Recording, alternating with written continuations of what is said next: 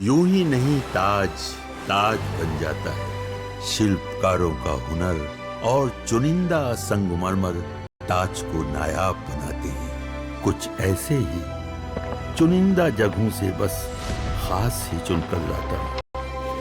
कतरे कतरे को मैं हीरे सा परखता हूँ। यूं ही नहीं मैं रजनी गंधा बन जाता हूँ।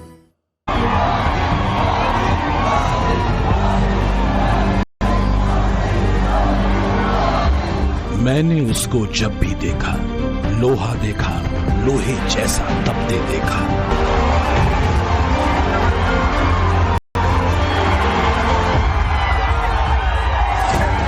गलते देखा, ढलते देखा। मैंने उसको गोली जैसा चलते देखा।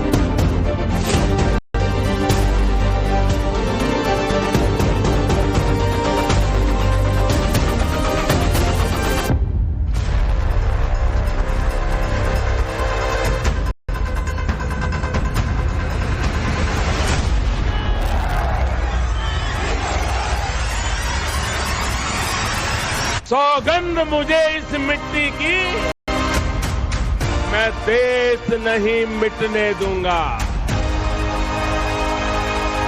शायद कुछ लोगों की मानसिकता ही ऐसी थी कि सेना मतलब नेताओं को सलाम करना, परेड करना।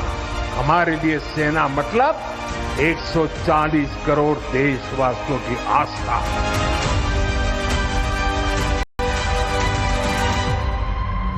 नया भारत है, घर में घुसकर मारता है।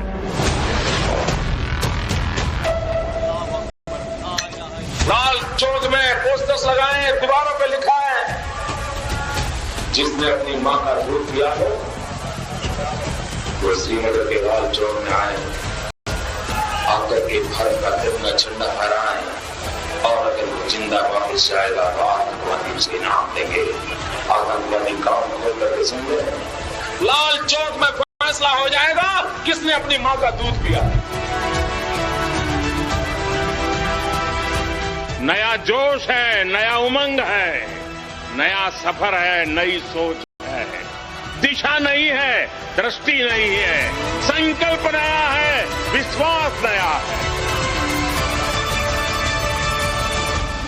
राम भारत की चेतना है, राम भारत का चिंतन है, राम भारत की प्रतिष्ठा है, राम भारत का प्रताप है, राम प्रवाह है, राम प्रभाव है, राम नीति भी है, राम नीति भी है।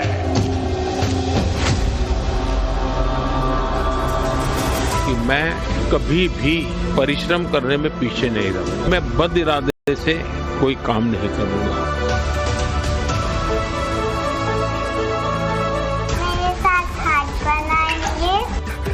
अच्छा, हाँ।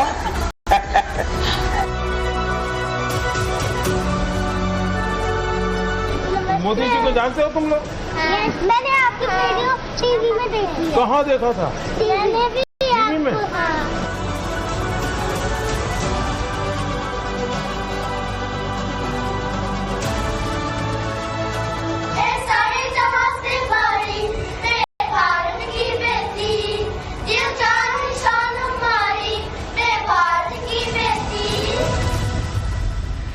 ये पहला मेरी जिंदगी का चुनाव है जब मैं मां के पैर छुए बिना जाऊंगा।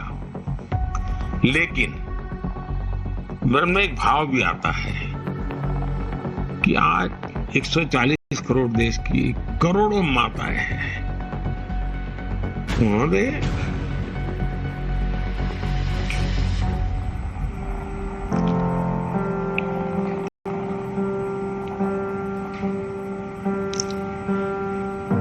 जिस प्रकार से मुझे प्यार दिया,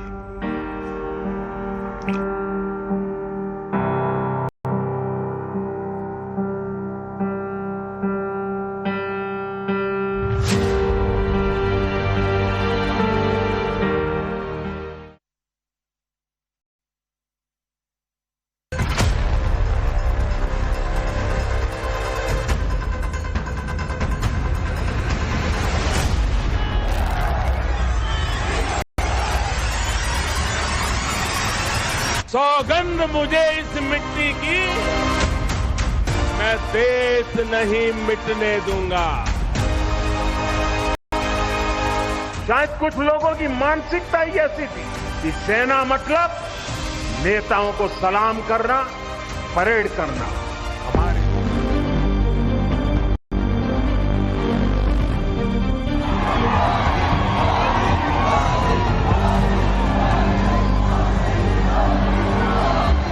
मैंने उसको जब भी देखा, लोहा देखा, लोहे जैसा तपते देखा।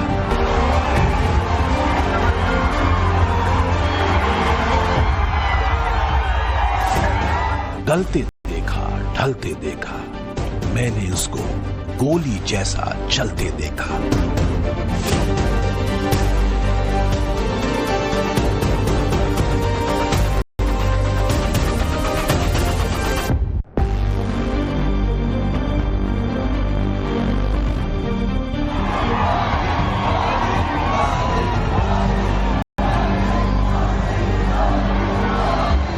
मैंने उसको जब भी देखा, लोहा देखा, लोहे जैसा तपते देखा।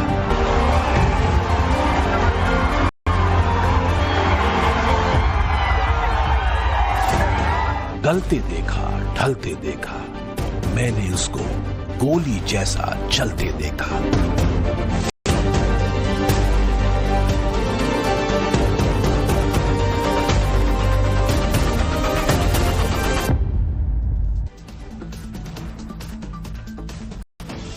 नमस्कार दर्शकों, मैं हूं नाविका कुमार और आप जुड़ रहे हैं मेरे साथ सवाल पब्लिक का शो पर। हिंदुस्तान की 140 करोड़ जनता के लिए आज का दिन स्पेशल है, खास है।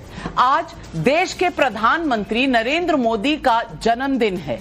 प्रधानमंत्री मोदी जी आज 75 साल के हो गए हैं, यानी डायमंड जुबली ईयर।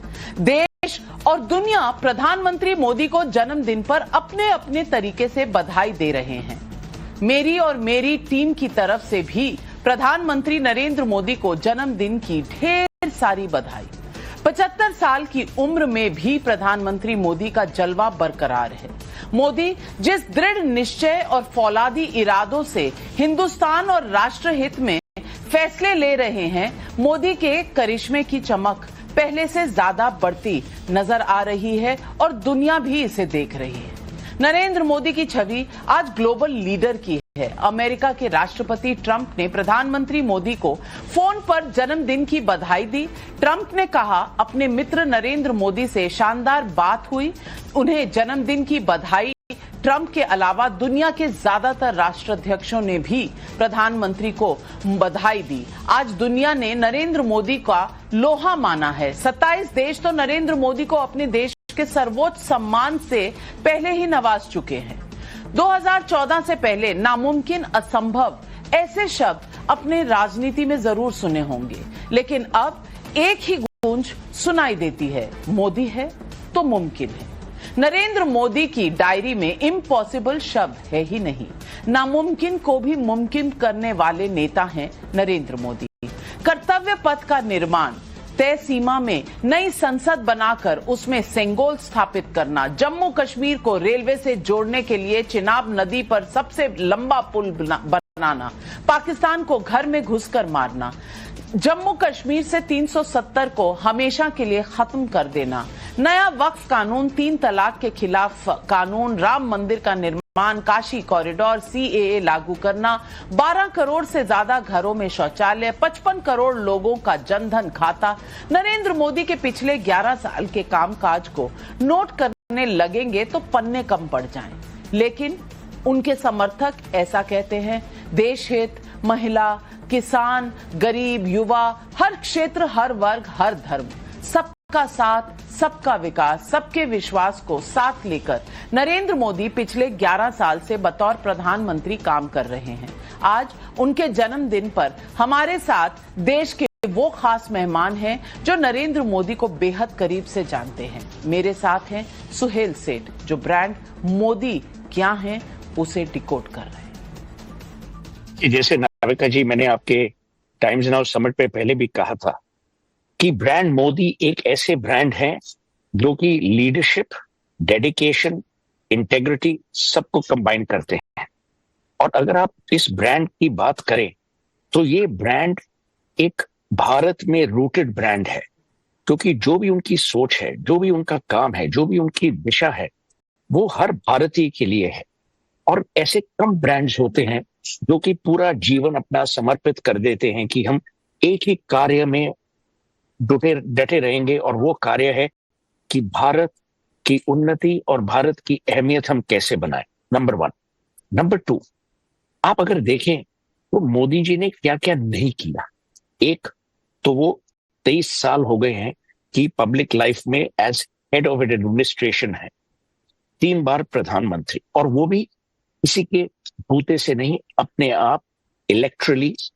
ये नहीं कि किसी डायनेस्टी, किसी फैमिली, किसी लोगों की पहचान में थे।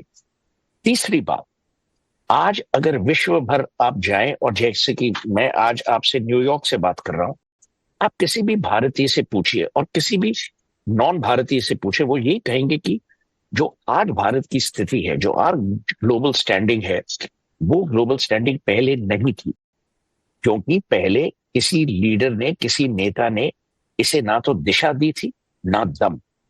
नरेंद्र मोदी ने दिशा भी दी है और दम भी दिया है। नंबर 4, जब 2014 पे प्रधानमंत्री जी पहली बार प्रधानमंत्री बने, तो उस टाइम नाविका जी, हमारा देश और हमारे देश का युवा यूनिकॉर्न्स में नहीं, स्टार्टअप्स में नहीं, कुछ में नहीं था। आज क्या है? आज नरेंद्र मोदी ने आपको एक सामग्री दी है, एक इकोसिस्टम दिया है कि अगर आपका विश्वास अपने में है, अगर आपको ये दृढ़ता है, अगर सपने सोचने की क्षमता है, तो हम एक ऐसा इकोसिस्टम आपको देंगे जिससे आपके वो ड्रीम्स रियलाइज हो। जब हमने देखा, और आप भी जानते हैं ये मेरे से बेटर, कि उस जमाने में 2 यूनिकॉर्न्स थे 2014 में, आज 160 यूनिकॉर्न्स हैं। जब प्रधानमंत्री ने स्वच्छ भारत की बात की, सब लोग मजाक उड़ा रहे थे, पर स्वच्छ भारत सिर्फ स्वच्छता का नहीं था, प्रतीक नहीं था, वो प्रतीक था डिग्निटी का, कि लोगों को घर में एक टॉयलेट हो। और आज जाके अगर आप देखें, उसका एडवांटेज हेल्थ में ट्रांसलेट हुआ है, क्योंकि जो डिजीजेस ओपन डेफिकेशन से होती थी वो आज कम है। आयुष्मान भारत की बात करिए, ऑपरेशन सिंदूर की बात करिए। ये वो देश नहीं कि आप हमारे को एक थप्पड़ एक चीख पे मारेंगे और हम आपको महात्मा गांधी की तरह दूसरी चीख दिखाएंगे, नहीं, वो दिन गए। अगर आप किसी भारतीय को तंग करेंगे या मारेंगे, तो भारत आपको उसका जवाब देगा। और उसके लिए भारत को ना डोनाल्ड ट्रंप की जरूरत है, ना केयर स्टार्मर की जरूरत है, ना यूनाइटेड नेशंस की जरूरत है। उसको सिर्फ एक चीज की जरूरत है कि कोई भी भारतीय अगर मारा गया इन अ टेररिस्ट अटैक और अदरवाइज, तो भारत इसका जवाब देगा। और आपने देखा, जब ये टैरिफ्स की बात हुई, आपके प्रोग्राम पे मैंने कहा था कि ट्रंप नहीं जानता वो किससे डील करता है। नरेंद्र मोदी ने कभी भी जवाब दिया उनकी ट्वीट्स का? नहीं। ये होती है स्टेट्समैनशिप, ये होती है कि मैच्योरिटी। और आज आपने देखा कि ट्रंप ने बोला कि my friend Narendra, wishing you happy birthday. देखिए, bully is essentially a coward. आपका जो एनालिसिस है, Narendra Modi statesman versus Donald Trump bully, ये अब साबित हो गया सब लोगों को। तो मैं यही कहूंगा कि प्रधानमंत्री जी, आज आपका 75th बर्थडे है। लोग जब अपना काम खत्म कर लेते हैं तब वो रिटायरमेंट की सोचते हैं। आपका काम अभी बहुत बाकी है, क्योंकि भारत को बहुत उन्नति करनी है। भारत को सिर्फ 4 ट्रिलियन 5 ट्रिलियन डॉलर इकोनॉमी नहीं बननी। भारत को जो भारत था वो बनना है, और सिर्फ आप ही बनाएंगे, क्योंकि आपका कोई एजेंडा नहीं है, आपका कोई परिवार नहीं है, आपको ना तो कोई दामाद, ना कोई डॉटर इन लॉ, ना कोई बेटा, ना बेटी के लिए ये शासन छोड़ के जाना है। तो मैं यही कहूंगा कि अब रिटायरमेंट की बात छोड़ दीजिए और डटे रहिए, जैसे कि आप हर वक्त डटे रहते हैं। और आप जब 18 घंटे काम करते हैं, उससे जो इंस्पिरेशन लोगों को मिलती है, आपको उसका अंदाजा नहीं, क्योंकि काम और फोकस से ही ये देश आगे बढ़ेगा, हम आगे बढ़ेंगे, हमारी युवा पीढ़ी आगे बढ़ेगी, और विश्व में हम फिर वो अपनी पोजीशन कायम करके रखेंगे। हैप्पी बर्थडे प्रधानमंत्री जी। और आज हमारे साथ बहुत ही मशहूर सिंगर हैं अभिजीत जी, अभिजीत भट्टाचार्य। लोग इन्हें मोदी भक्त भी कहते हैं।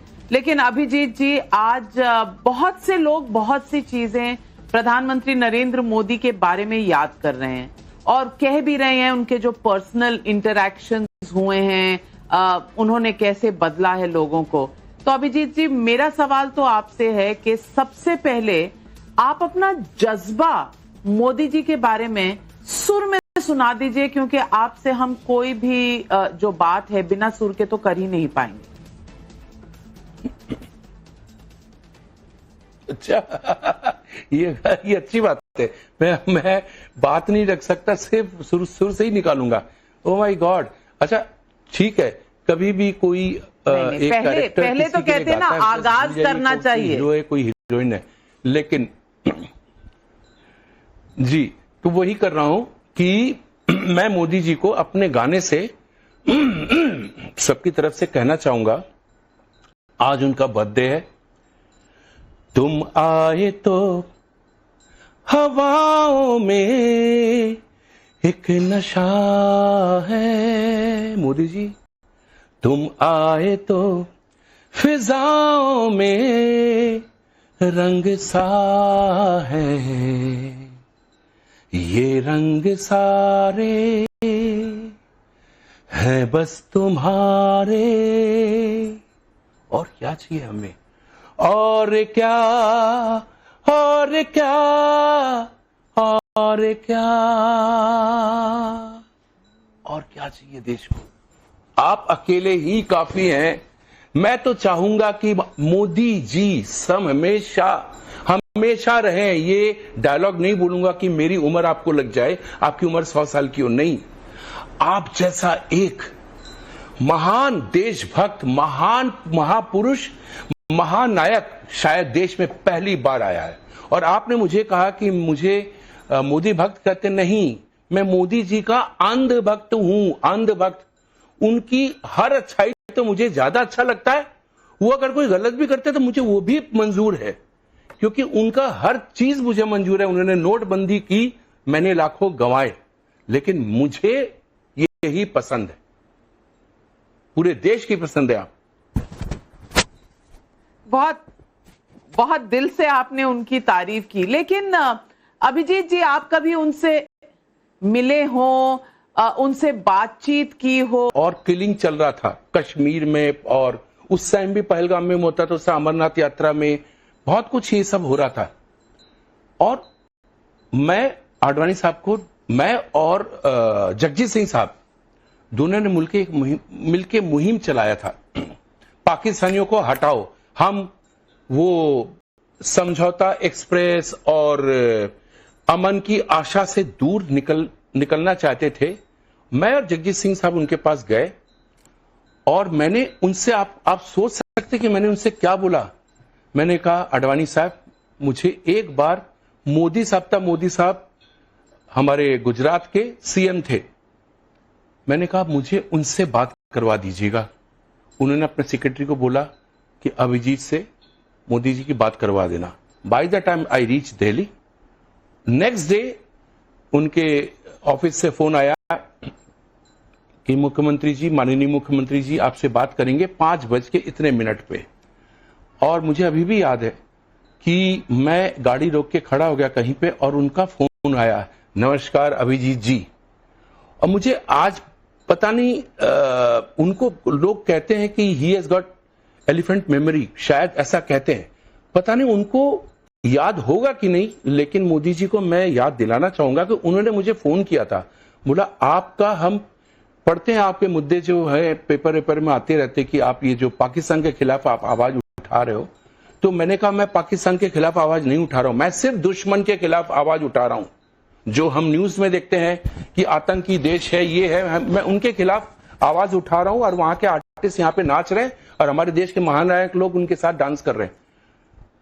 आप इसी एक्शन लीजिए। तो सोच लीजिए, आडवाणी साहब को मैंने बोला कि मुझे मोदी जी से बात करना, बस इतना ही कहना चाहूंगा उनके बारे में। उन्होंने सुना, उसके बाद फिर काफी टाइम हो गया जब उनको वो प्रधानमंत्री बने, लेकिन उनको शायद याद होगा, मुझे अभी भी मोदी है तो मुमकिन है, इस बात पे पूरा यकीन है। लेकिन जो लोग उन्हें ऑपरेशन सिंदूर के बाद नरेंद्र सरेंडर कहते हैं, उन्हें भी आज कोई फिर मैसेज दे दीजिए।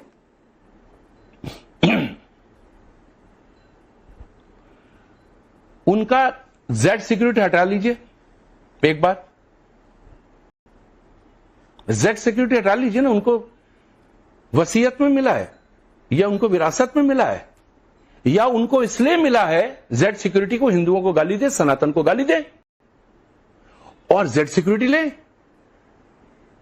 सनातन को गाली दोगे, एक अपने साउथ तमिलनाडु के सीएम का बेटा, उसको भी आपने जेड सिक्योरिटी दिया, वो हमारे सनातनों को गाली देगा और आप उनको और कोई गाली देगा तो हम बुलडोजर चलाते हैं और ये लोग बोलते हैं हम तो जेड सिक्योरिटी है हमारे पास, हम कुछ भी कहेंगे। कब तक, कब तक?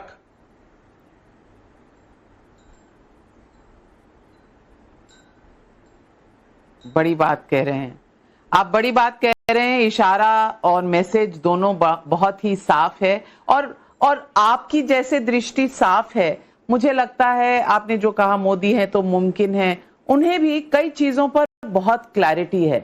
तो इस क्लैरिटी पर भी जाने से पहले एक अगर आप गीत उनके नाम एक आज डेडिकेट कर दें तो शायद दर्शक आज बहुत खुश हो जाएंगे। अभी करता हूं। मैं आज मोदी जी के जन्मदिन में अपने स्वार्थ की बात, उनको कुछ भेंट देने की जगह मैं चाहता हूं कि वो हमें भेंट दें। मैं चाहता हूं कि हमारे टाइम में मोदी जी जैसे एक प्राइम मिनिस्टर बने। मैं सोचता हूं कि मोदी जी इतना काम करके जाइए कि अगले जो प्राइम मिनिस्टर्स आएंगे हमारे बच्चे उतने ही सुरक्षित रहें जैसे आज हम महसूस करते हैं अपने लिए। हमारे बच्चे, उसके बाद कौन आएगा, कौन इस तरह के लोग आएंगे जो सनातनों को गाली देंगे, हमारे दुश्मन देशों के साथ मीटिंग करेंगे, उनकी जो लाइनर है वो हमारे देश में करेंगे। तो मैं चाहता हूं कि मोदी, ये जो रियल बता रहा हूं कि हमारी उम्र आपको लग जाए, हम चाहते नहीं कि मोदी जी आप जाओ, मोदी जी आपका बर्थडे हम देखना चाहते हैं कि हमारे बच्चे, हमारे नाती पोते, और इतना काम करके जाएंगे वो कि आने वाले प्रधानमंत्री के लिए 50% काम रह जाएगा। मोदी जी अभी जितना कर सकते आप ही करिए, जिससे आने वाले जितने प्रधानमंत्री आएंगे उनके लिए काम आसान हो जाए। और जाने के पहले मैं यही कहूंगा, तुम दिल की धड़कन में रहते हो, तुम हमारे देश की, राष्ट्र की, हिंदुस्तान की धड़कन हो, तुम हिंदू सम्राट के सम्राट हो। साष्टांगत प्रणाम आपके जन्मदिन पर।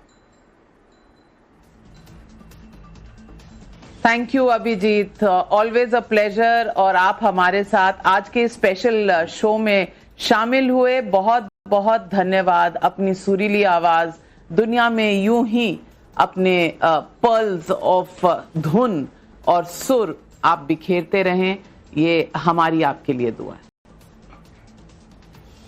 Thank you, thank you.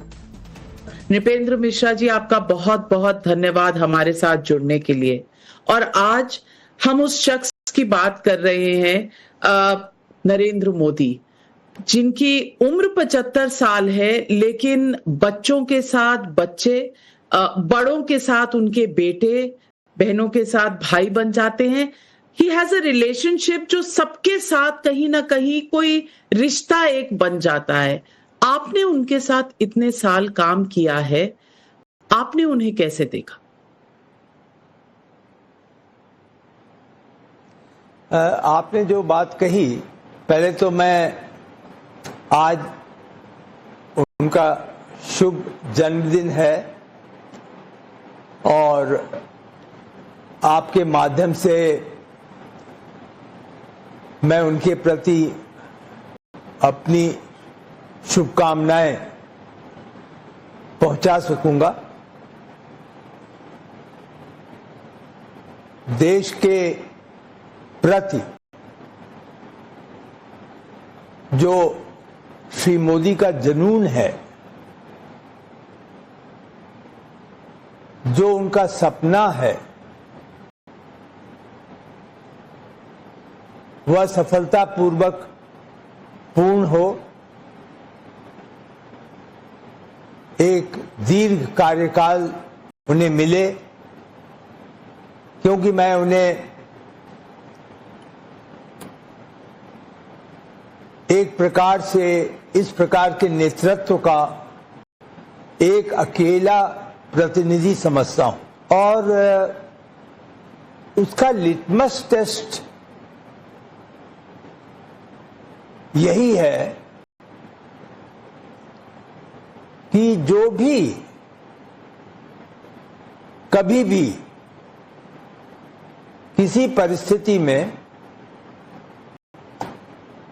व्यक्तिगत रूप से या सामूहिक रूप से उनसे मिलता है तो वह उनका हो जाता है।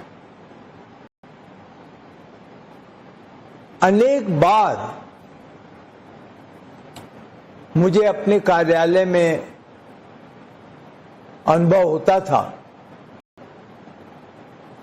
जिनसे उनका साक्षात्कार उस दिन निश्चित होता था। तो सबसे पहली बात तो यह है कि इस साक्षात्कार के लिए जो भी समय आवंटित हो वो कभी भी अतिथि को यह महसूस नहीं होने देते कि उनकी अपनी व्यस्तता में अतिथि के लिए सीमित समय है।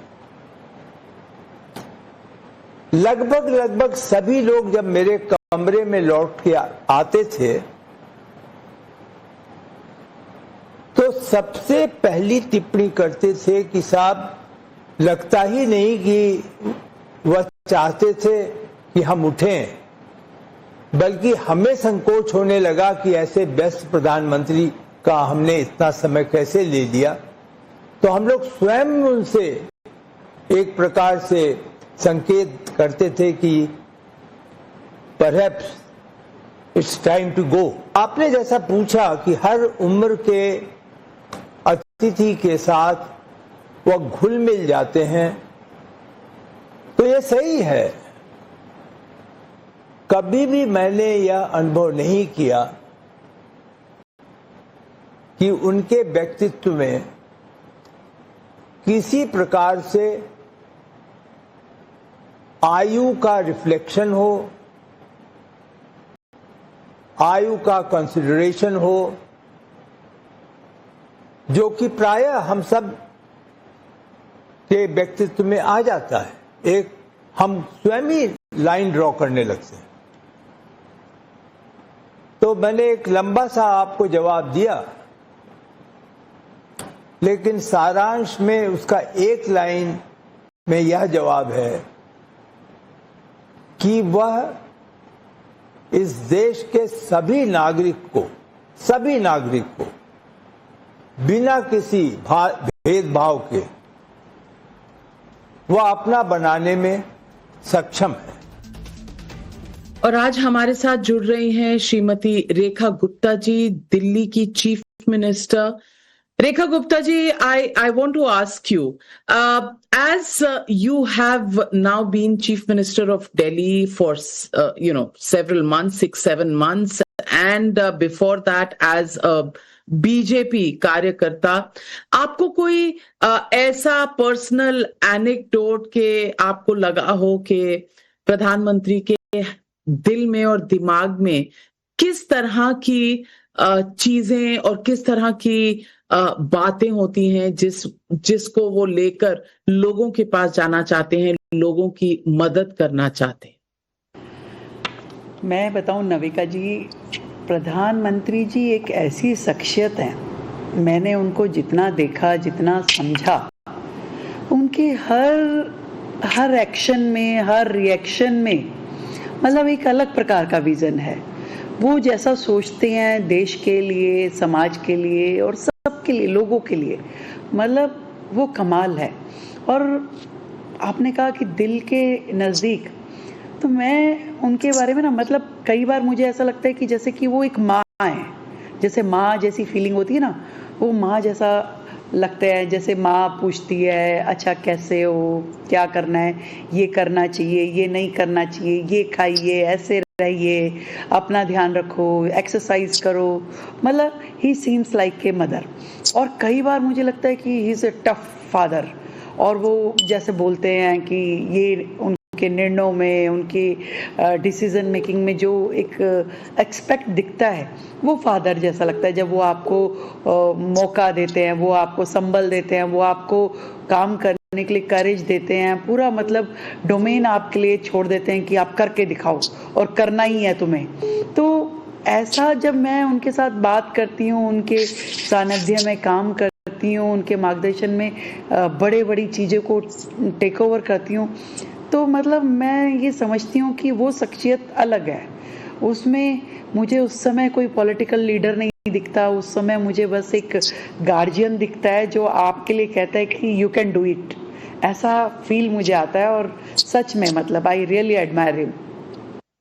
There are many people in this country, बहुत से लोग हैं जो मोदी जी को एडमायर करते हैं, इसीलिए हम उन्हें कह रहे हैं कि वो जन जन के मोदी हैं। बट अगर आप एक ऐसा कोई वाकया बता सकें जहां प्रधानमंत्री ने कुछ ऐसा कहा हो जो आपके दिल को छू गया हो, या आपको बताता हो कि वो लोगों के बारे में, आम इंसान के बारे में क्या सोचते हैं, कैसे सोचते हैं। मोदी जी ने एक बार मीटिंग चल रही थी और आधा घंटा उन्होंने कुछ बोला, और बोलने के बाद बड़े प्यार से कहने लगे, अरे भाई ये तो बहुत अच्छा है कि तुम लोगों की याददाश्त बड़ी तेज है। तो हमें लगा यार तारीफ कर रहे हैं सर, तो नहीं आपको तो सब चीज़ें याद ही रहेगी, लिखने की तो कोई आवश्यकता नहीं है।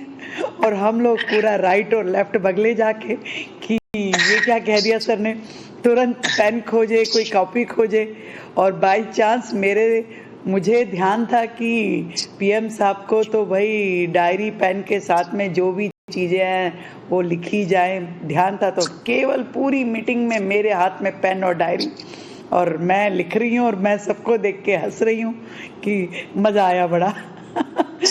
तो वो मतलब he is a good teacher, good administrator, जो ये फील करते हैं कि भी आपको क्या करना चाहिए, क्या नहीं करना चाहिए, और हर चीज़ जो आपके सामने हो उसे आप नोट करो, उसको क्रियान्वयन करो।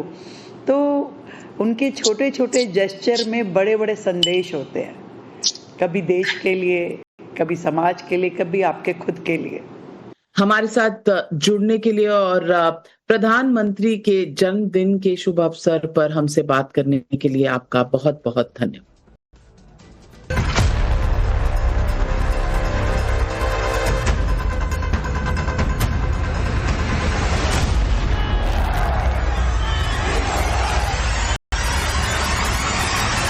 सौगंध मुझे इस मिट्टी की, मैं देश नहीं मिटने दूंगा। शायद कुछ लोगों की मानसिकता ही ऐसी थी कि सेना मतलब नेताओं को सलाम करना, परेड करना। हमारे लिए सेना मतलब 140 करोड़ देशवासियों की आस्था।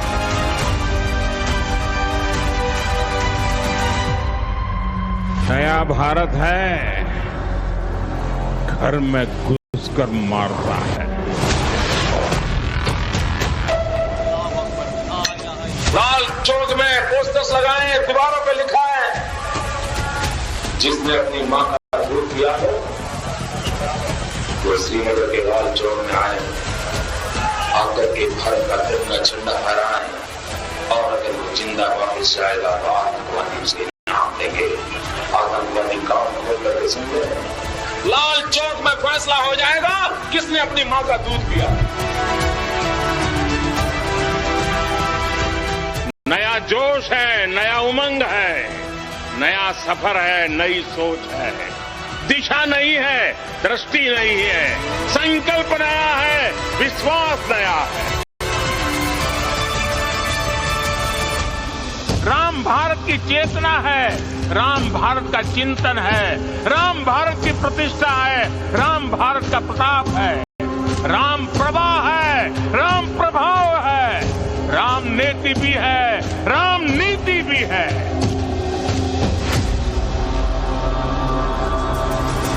कि मैं कभी भी परिश्रम करने में पीछे नहीं रहूंगा। मैं बद इरादे से कोई काम नहीं करूंगा। मेरे साथ हाथ बनाइए। अच्छा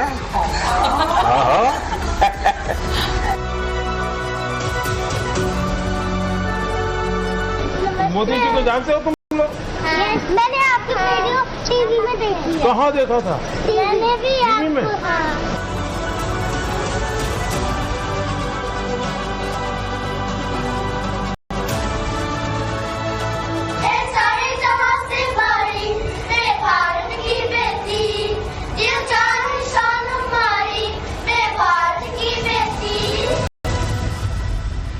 ये पहला मेरे जिंदगी का चुनाव है जब मैं मां के पैर छुए बना जाऊंगा। लेकिन मन में एक भाव भी आता है कि आज 140 करोड़ देश की करोड़ों माताएं हैं, उन्होंने